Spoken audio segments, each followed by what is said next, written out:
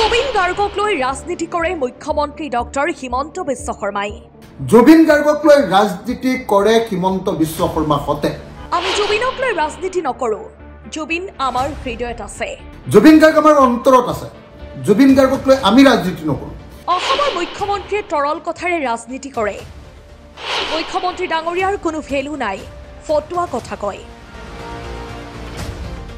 বিজেপিয়ে দেশৰ সম্পদবিলাক বিদেশী কোম্পানীৰ হাতত তুলি দিছে। বিজেপিৰ ৰাজনীতিৰ পৰা দেশক বচাব লাগিব। জুবিন গাৰ্গক লৈ ৰাজনীতি কৰিবৰ বাবে লণ্ডনৰ পৰা অসমলৈ মুখ্যমন্ত্ৰী ঘূৰি আহিছে। জুবিনৰ মৃত্যুৰ প্ৰকৃত ৰহস্য উৎঘাটনৰ বিপৰীতে জুবিনৰ ন্যায়ৰ কথাটো তল পেলাবলৈ 18 নৱেম্বৰৰ দিনটোত লাখ লাখ মানুহৰ তেজ শুহি খোৱা বিজেপিৰ দলে ৰক্তদান শিবিৰৰ আয়োজন কৰিছে। তেনে নাটকীয় দিনে কেতিয়াও প্ৰকৃততে জুবিনক স্মৰণ কৰিব নোৱাৰে।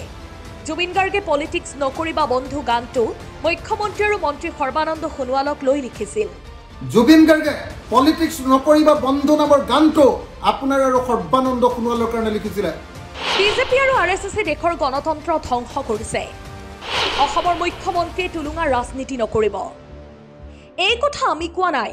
মুখ্যমন্ত্ৰীক সমালোচনা কৰি এইদৰে মন্তব্য কৰিছে বিধায়ক অখিল গগৈয়ে। তাৰ উপৰিও প্ৰাণৰ শিল্পী জুবিন গাৰ্গক লৈ ৰাজনীতি নকৰিবলৈ মুখ্যমন্ত্ৰী ডক্টৰ হিমন্ত বিশ্ব শৰ্মাক সকিয়নি বিধায়ক তথা ৰাইজৰ দলৰ সভাপতি অখিল গগৈৰ।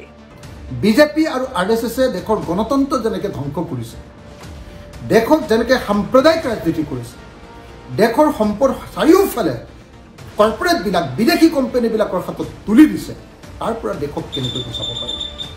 18 নৱেম্বৰ অৰ্থাৎ জুবিন গাৰ্গৰ জন্মদিনৰ দিনটোতেই জুবিন গাৰ্গক লৈ অসমৰ ৰাইজক উচতাই থকা অখিল গগৈৰ ৰাজনীতিৰ বিষয়ক লৈ মুম্বাইত কটোৱা বুলি মন্তব্য কৰে মুখ্যমন্ত্ৰী ডক্টৰ হিমন্ত বিশ্ব শৰ্মাই। কালিটো গোটেই অসমতে অখিল গগৈ কোনেও দেখা নাই। কোনোবাই দেখিছে নেকি? তেওঁ মুম্বাইত গৈ শাৰদ পাৱাৰক লগ কৰি আছে অখিল গগৈ। কিন্তু মইতো লণ্ডনৰ পৰা হ'লেও জুবিনৰ জন্মদিনত আহিছোঁ, কষ্ট কৰি হ'লেও। শেহতীয়াকৈ অখিল গগৈক লৈ কৰা মন্তব্যৰ প্ৰত্যুত্তৰ দিলে বিধায়ক অখিল গগৈয়ে। কা আন্দোলনৰ সময়ত জুবিনক অপমান কৰিছিল মুখ্যমন্ত্ৰী ডক্টৰ হিমন্ত বিশ্ব শৰ্মাই। জুবিন গাৰ্গে দেশদ্ৰোহী বুলি কৈ যোৱা মুখ্যমন্ত্ৰীয়ে কেৱল এক ইউনিট টেষ্ট দি কেতিয়াও দেশপ্ৰেমিক হ'ব নোৱাৰে। জুবিন গাৰ্গৰ হত্যাকাণ্ড প্ৰমাণিত হ'লে আমি আপোনাতকৈ 1000 গুণ সুখী হ'ম, এইদৰে মুখ্যমন্ত্ৰীয়ে তুলাধুনা কৰে বিধায়ক অখিল গগৈয়ে। বিজেপি আৰু RSSে দেশৰ গণতন্ত্ৰ যেনেকৈ ধ্বংস কৰিছে, দেশত যেনেকৈ সাম্প্ৰদায়িক ৰাজনীতি কৰিছে, দেশৰ সম্পদ চাৰিওফালে কৰ্পৰেটবিলাক বিদেশী কোম্পানীবিলাকৰ হাতত তুলি দিছে, তাৰ পৰা দেশক কেনেকৈ বচাব পাৰি, কেনেকৈ বিজেপিক হটাব পাৰি, কেনেকৈ বিজেপিক খেদিব পাৰি, বিজেপিৰ ৰাজনীতিৰ পৰা দেশক কেনেকৈ বচাব পাৰি, সেই সম্পৰ্কে আলোচনা কৰিছোঁ। সেইকাৰণে স্পষ্টকৈ কৈছোঁ, জুবিন গাৰ্গ আমাৰ অন্তৰত আছে। জুবিন গাৰ্গক লৈ আমি ৰাজনীতি নকৰোঁ। জুবিন গাৰ্গক লৈ ৰাজনীতি কৰে হিমন্ত বিশ্ব শৰ্মা হতে। হিমন্ত বিশ্ব শৰ্মা হতে ছিংগাপুৰৰ কি কয় আপোনাৰ লণ্ডনৰ পৰা ঘূৰি আহিছে জুবিন গাৰ্গক লৈ ৰাজনীতি কৰিবৰ কাৰণে। কি ৰাজনীতি কৰিছে? যি সময়ত আমি সকলোৱে ভাবি আছিলোঁ যে জন্মদিনৰ দিনা জুবিন গাৰ্গৰ মৃত্যু সম্পৰ্কে আমি সঁচা তথ্য লাভ কৰিম, আমি যিদিনা ভাবি আছিলোঁ যে সেইদিনা জুবিন গাৰ্গৰ ন্যায়ৰ কাৰণে এটা মাইলৰ খুঁটি হ'ব, সেইদিনা হিমন্ত বিশ্ব শৰ্মাই জুবিন গাৰ্গৰ মৃত্যুৰ প্ৰকৃত ৰহস্য উদ্ঘাটন নকৰি আৰু প্ৰকৃত তদন্তৰ ব্যৱস্থা নকৰি, জুবিন গাৰ্গক ন্যায় প্ৰদান নকৰি, সেইদিনা ন্যায়ৰ বিষয়টো তল পেলাবৰ কাৰণে তেখেতে তেজ দিয়াৰ, তেখেতে ব্লাড ডোনেশ্যনৰ নাটক কৰিছে। যি মানুহে লাখ লাখ মানুহৰ তেজ শুহি খাইছে, যি বিজেপি দলে লাখ লাখ মানুহৰ তেজ শুহি খাইছে, তেনেকুৱা মন্ত্ৰী MLA কেইজনমানে ব্লাড ডোনেশ্যন দি, তেজ দি কেতিয়াও জুবিন গাৰ্গৰ প্ৰকৃত স্মৰণ কৰিব নোৱাৰে, তেওঁৰ প্ৰতি শুভেচ্ছা জনাব নোৱাৰে। সেইকাৰণে মই স্পষ্টকৈ কৈছোঁ, কা আন্দোলনৰ সময়ত জুবিন গাৰ্গক আপুনি কেনেকৈ অপমান কৰিছিলে প্ৰত্যেকজন অসমীয়া মনত ৰাখিছে। জুবিন গাৰ্গে পলিটিক্স নকৰিবা বন্ধু নামৰ গানটো আপোনাৰ আৰু সৰ্বানন্দ সোণোৱালৰ কাৰণে লিখিছিলে। জুবিন গাৰ্গে পলিটিক্স নকৰিবা নামৰ গানটো কৈ আপোনাক কি ধৰণে অপমান কৰিছিলে হিমন্ত বিশ্ব শৰ্মাৰ নাম ধৰি আৰু সৰ্বানন্দ সোণোৱালৰ নাম ধৰি আপোনালোকক কেনেকৈ বিশ্বাসঘাতক বুলি কৈছিলে নিশ্চয় আপোনালোকৰ মনত আছে।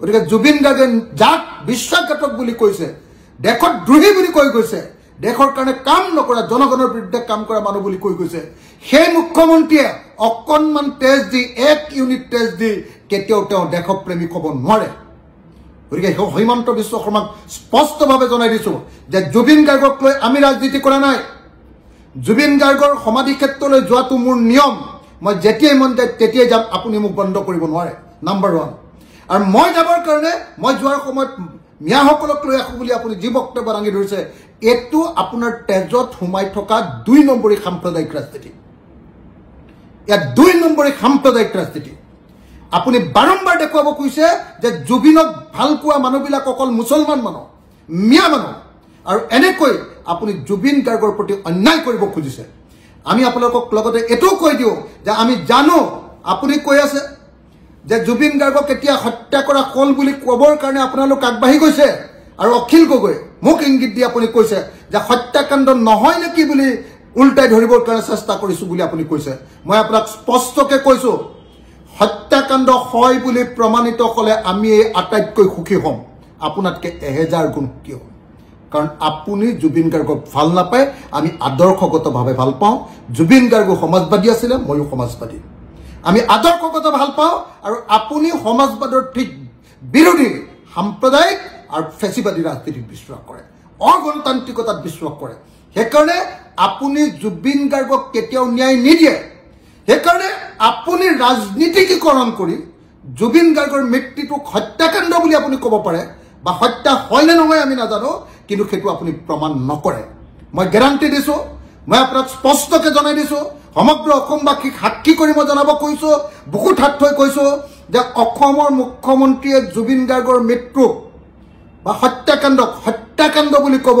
কিন্তু সেইটো হত্যাকাণ্ড বুলি প্ৰমাণিত কৰিবৰ কাৰণে কোনো তথ্য প্ৰমাণ যোগান নধৰে আপোনালোকে চাই থাকক জুবিন গাৰ্গৰ হত্যাকাৰী হতক আটাইতকৈ সহায় কৰিছে আটাইতকৈ ৰক্ষণাবেক্ষণ দিছে মুখ্যমন্ত্ৰী হিমন্ত বিশ্ব শৰ্মাই ইলেকশ্যনলৈকে তেওঁলোকক বেইল এপ্লিকেশ্যন নিদিবৰ কাৰণে অনুৰোধ কৰিছে নিৰ্দেশ দিছে আৰু ইলেকশ্যনৰ পাছত তেওঁলোকক উলিয়াই দিম বুলি অসমৰ মুখ্যমন্ত্ৰীয়ে তেওঁলোকক প্ৰতিশ্ৰুতি দিছে মই সেইকাৰণে স্পষ্টকৈ কৈ লৈছোঁ যে হিমন্ত বিশ্ব শৰ্মাৰ নিচিনা এনেকুৱা চূড়ান্ত টেঙৰ এনেকুৱা চূড়ান্ত চতুৰ মানুহে কেতিয়াও জুবিন গাৰ্গৰ নিচিনা এজন বিপ্লৱী এজন সংগ্ৰামী এজন জনগণৰ পক্ষত থকা গণশিল্পীক কেতিয়াও কোনো পধ্যে ন্যায় নিদিয়ে সেইকাৰণে মুখ্যমন্ত্ৰী ডাঙৰীয়া মোক চম্ভালি কথা ক'ব মুখ্যমন্ত্ৰী ডাঙৰীয়া জুবিন গাৰ্গক লৈ বেছি পলিটিক্স নকৰিব জুবিন গাৰ্গক লৈ আপুনি বহুত পলিটিক্স কৰিছে আৰু এই পলিটিক্স বন্ধ কৰক নহ'লে এদিন যিকোনো সময়তে আপুনি ভয় খাই আছিলে জুবিন গাৰ্গৰ মৃত্যুৰ পাছত নেপাল হ'ব বুলি আপুনি ভয় খাই আছিলে কাৰণ জুবিন গাৰ্গৰ মৃত্যুত আপোনালোকৰ বিজেপি চৰকাৰখনৰ দুখ আছে বুলি সকলো মানুহে জানে আপোনালোকে জুবিন গাৰ্গক আপোনালোকৰ এক্সটাৰ্নেল এফেয়াৰ্ছ মিনিষ্টাৰ প্ৰবিত্ৰ মাৰ্গেৰিটা তেওঁলোকে জুবিন গাৰ্গক মাতি লৈ গৈছিলে আপোনালোকৰ কেন্দ্ৰীয় চৰকাৰ আপোনালোকৰ ৰাজ্য চৰকাৰে জুবিন গাৰ্গৰ মৃত্যু হোৱা অনুষ্ঠানৰ কাৰণে পইচা দিছিলে সহযোগিতা কৰিছিলে তাৰ তথ্য প্ৰমাণ ইতিমধ্যে প্ৰমাণিত হৈ গৈছে আপোনাৰ পত্নীয়ে জুবিন গাৰ্গৰ অনুষ্ঠানত নৰ্থ ইষ্ট ফেষ্টিভেলত গৈ আপোনাৰ পত্নীয়ে তাতে আপোনাৰ ফেশ্বন শ্ব'ত অংশগ্ৰহণ কৰা বুলি ফেশ্বন শ্ব'টো চলোৱা বুলি অভিযোগ উত্থাপন কৰি আছে আৰু আপোনাৰ পত্নীয়ে জুবিনদাৰ মৃত্যুৰ পাছতো তাতে নৰ্থ ইষ্ট ফেষ্টিভেলত ফেশ্বন শ্ব' চলাই আছিলে বুলি অভিযোগ উঠিছে এতিয়ালৈকে আপুনি তদন্তলৈ কিয় পত্নীক আনিব পৰা নাই এতিয়ালৈকে কিয় আপুনি প্ৰবক্তা মাৰ্গেৰিটাক তদন্তলৈ আনিব পৰা নাই কিয় আপুনি এক্সটাৰ্নেল এফেয়াৰ্ছ মিনিষ্ট্ৰীক এতিয়ালৈকে তদন্তৰ আওতালৈ আনিব পৰা নাই কিয় আপুনি ছিংগাপুৰত মৃত্যুৰ সময়ত থকা মানুহবিলাকক এতিয়ালৈকে গ্ৰেপ্তাৰ কৰিব পৰা নাই কিয় এতিয়ালৈকে অসম পুলিচক এতিয়ালৈকে বা অসমৰ তদন্তকাৰী সংস্থাত এতিয়ালৈকে ছিংগাপুৰলৈ পঠিয়াই তথ্য প্ৰমাণ এভিডেন্স ষ্টেটমেণ্ট সাক্ষ্য প্ৰমাণ ষ্টেটমেণ্ট আৰু আপুনি কিয় এতিয়ালৈকে